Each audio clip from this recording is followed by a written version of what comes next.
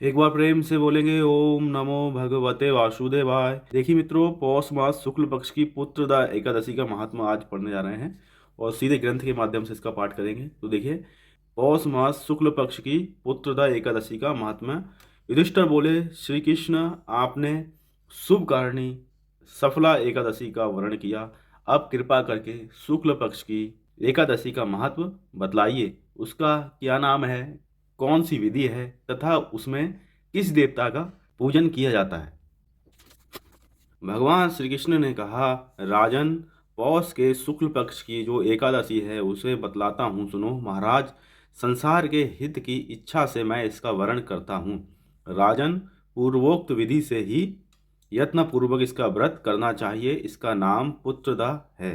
यह सब पापों को हरने वाली उत्तम विधि है। समस्त कामनाओं तथा सिद्धियों के दाता भगवान नारायण इस तिथि के अधिदेवता हैं।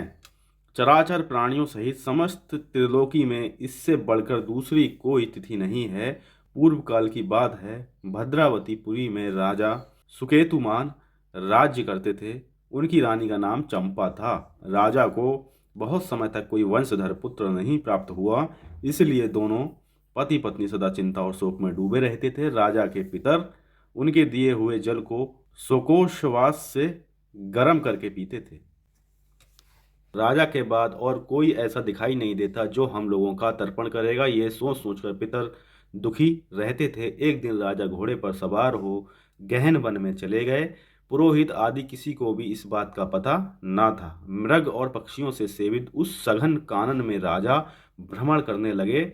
मार्ग में ही सियार की बोली सुनाई पड़ती थी, तो कहीं उल्लुओं की जहां तहां रीछ और मृग दृष्टिगोचर हो रहे थे। इस प्रकार घूम घूम कर राजा वन की शोभा देख रहे थे। इतने में दोपहर हो गया। राजा को भूख और प्यास सताने लगी। वे जल की खोज में इधर उधर दौड़ने लगे। किसी पुण्य के प्रभाव से उन्हें एक उत्तम सरोवर दिखाई दिया, जिसके समीप मुनियों के बहुत से आश्रम थे।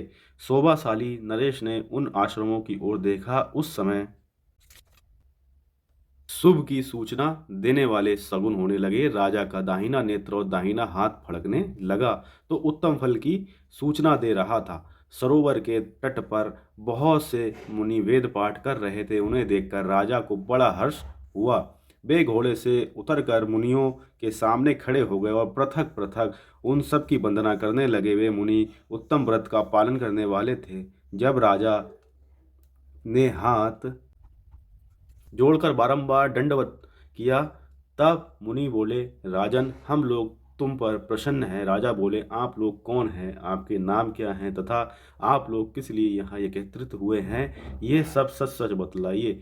मुनि बोले, राजन, हम लोग विश्वेदेव हैं, यहाँ स्नान के लिए आए हैं। माघ निकट आया है।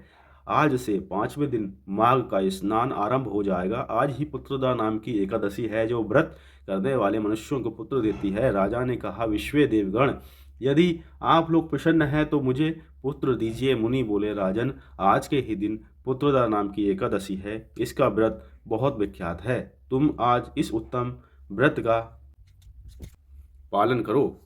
महाराज, भगवान केशव के प्रसाद से तुम्हें अवश्य पुत्र प्राप्त होगा। भगवान श्री कृष्ण कहते हैं, युधिष्ठिर, इस प्रकार उन मुनियों के कहने से राजा ने उत्तम व्रत का पालन किया। महर्षियों के उपदेश के अनुसार विधि पूर्वक पुत्रदा एकादशी का अनुष्ठान किया। फिर द्वादशी को पारण करके मुनियों के चरणों में बारंबार मस्तक झुकाकर राजा अपने घर आए। तदनंतर रानी ने गर्भ धारण किया। प्रसव काल आने पर पुण्यकर्मा राजा को तेजस्वी पुत्र प्राप्त हुआ। जिसने अपने गुणों से पिता को संतुष्ट कर दिया, वह प्रजाओं का पालक हुआ। इसलिए राजन, पुत्रदा का उत्तम व्रत अवश्य करना चाहिए। मैंने लोगों के हित के लिए तुम्हारे सामने इसका वर्णन किया है। जो मनुष्य एकाग्रचित होकर पुत्रदा का व्रत करते हैं, वे इस लोक में पुत्र पाकर मृत्यु के पश्चात स्वर्गगामी होते हैं। इस महात्मा को पढ़ने और सुनने से अग्निष्ठोम यज्ञ का फल मिलता है। तो एक बार प्रेम से बोलेंगे ओम नमो भगवते वासुदेवाय।